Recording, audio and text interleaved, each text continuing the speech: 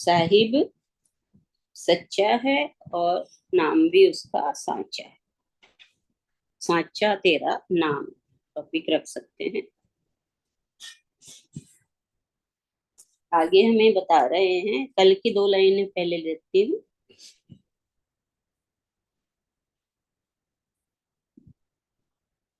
नानक ने परमात्मा को साहिब माना है,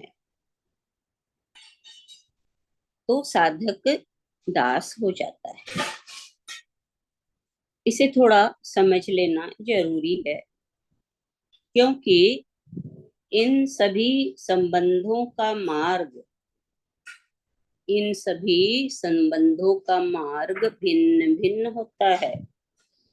प्रेमी के साथ हम एक ही तल पर खड़े होते हैं। जहाँ प्रेमी होते हैं वहां हम एक ही तल पर खड़े होते हैं। प्रेमी न तो ऊपर होता है और न नीचे। प्रेयसी और प्रेमी एक ही तल पर खड़े होते हैं। अगर परमात्मा को प्रेमी मानते हो और अपने आप को प्रेयसी, तो दोनों बराबर है। फिर आगे बता रहे हैं, कोई ऊपर नहीं, कोई नीचे नहीं। पिता और बेटे के बीच जो संबंध है वो संस्कार है, संस्कारगत है। हम किसी पिता के घर पैदा हुए, इसलिए एक संबंध। मालिक हम खुद होना चाहते हैं और हमारी चले तो हम परमात्मा को दास बना लें। तो अहंकार मिटाने के लिए दास की भावना से बड़ी कोई भावना नहीं हो सकती। अहंकार मिटाने के लिए, जैसे हम कहते हैं ना, हम तो नौकरी कर रहे हैं उनकी, तो नौकर हैं, वो उसी तरह अपने आप को दास माने कि मैं तो प्रभु तेरा गुलाम हूँ, तू मालिक है, मैं तो तेरा दास हूँ। ऐसा हमारी भावना में फिट हो जाए, हमारे मन के स्टेटस में सेट कर लो कि मैं तो तुम्हारा दास हूँ। ये सबसे कठिन है, क्योंकि ये अहंकार के विपरीत स्थिति है। अहंकार मारता है, मैं मालिक हूँ, सारा जगत मेरा गुलाम है। भक्त कहेगा सारा अस्तित्व मालिक है मेरा, मैं गुलाम हूँ उसका। यही वास्तविक शीर्षासन है। शीर्षासन कहते हैं सिर नीचे और पैर ऊपर। करते हैं ना, कभी कभी किया था बचपन में। शीर्षासन, सिर नीचे और पैर ऊपर। तो मैं कुछ भी नहीं, सारा अस्तित्व मेरा मालिक है और मैं गुलाम हूँ। ये वास्तविक शीर्षासन है। सिर को जमीन में करके, आगे का मैंने पढ़ा भी नहीं और वही बात आ गई। सिर को जमीन में करके पैर ऊपर करके खड़े हो जाना असली शीर्षासन नहीं है। अहंकार को नीचे करके, क्योंकि वही वही सिर है, अहंकार ही सिर है, उसको नीचे करके खड़े हो जाना दास की भावना है। इसलिए दास ही ठीक ठाक शीर्षासन करता है। वह उल्टा हो जाता है। जैसे तुमने दुनिया को अब तक देखा है मालिक होने के ढंग से, तो दुनिया को तुमने कुछ और ही पाया है। तुम रास्ते से गुजरते हो, भिखारी तुमसे मांगता है, क्या उसके मांगने से कभी तुम्हारे मन में और उसके बीच कोई संबंध बनता है, किसी तरह का लगाव होता है?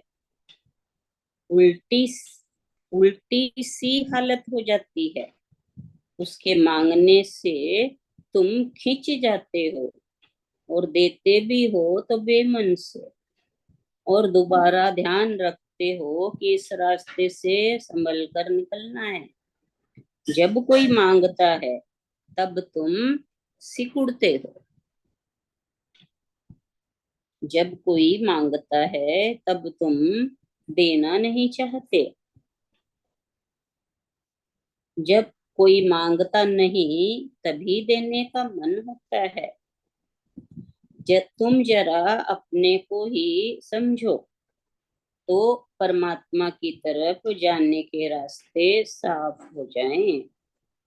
जब कोई तुमसे मांगता है तब तुम देना नहीं चाहते, क्योंकि उसकी मांग छीन झपट मालूम होती है, वह आक्रमण कर रहा है। सब मांग आक्रमण है। सब मांग क्या है? आक्रमण है।